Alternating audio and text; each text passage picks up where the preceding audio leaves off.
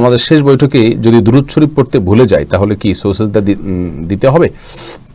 দেখুন আমিনুল কাজী, দুরূদ শরীফ পড়া ওলামায়ে হাম্বলি বা আহমদ ইবনে হাম্বল রাহিমাহুল্লাহর মাযহাবকে যারা ফলো করেন বা সৌদি আরবের স্কলার যারা আছেন তাদের মতে আপনার বৈঠকে দুরূদ শরীফ পড়া ওয়াজিব বা ফরজ, যার কারণে এটা যদি ছুটে যায় তাহলে সেক্ষেত্রে তার ওয়াজিব হলে এটা সালাত ছুটে গেলে আপনাকে সিজদা সাহু দিতে হবে।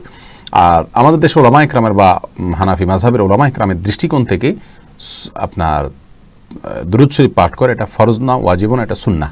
যেহেতু সুন্নাহ, অতএব সুন্নাহ ছুটে গেলে তার জন্য আপনাকে সিজদা সাহু দিতে হবে না। এখন কেউ বলতে পারেন যে তাহলে আমরা কোনটা গ্রহণ করব, মানব? আসলে বিষয়টা ইজতিহাদি, অর্থাৎ গবেষণামূলক।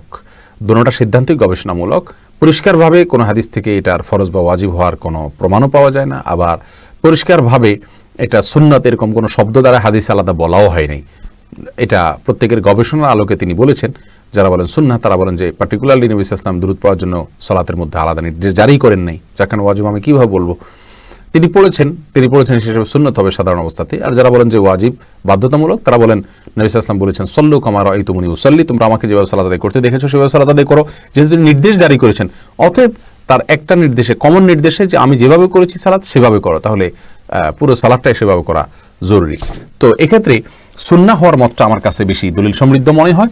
তার কারণ নবী সাল্লাল্লাহু আলাইহি ওয়াসাল্লাম বলেছেন আমি যেভাবে সালাত আদায় করেছি সেভাবে তোমরা সালাত আদায় করো। এর কারণে যদি সালাতের সবগুলো বিষয়ে ফরজ হয়ে যায় তাহলে তো সালাত আর কোনো সুন্নাত মুস্তাহাব বলতে কোনো কিছুই থাকবে না। আল্লাহু আ'লাম বিস-সাওয়াব।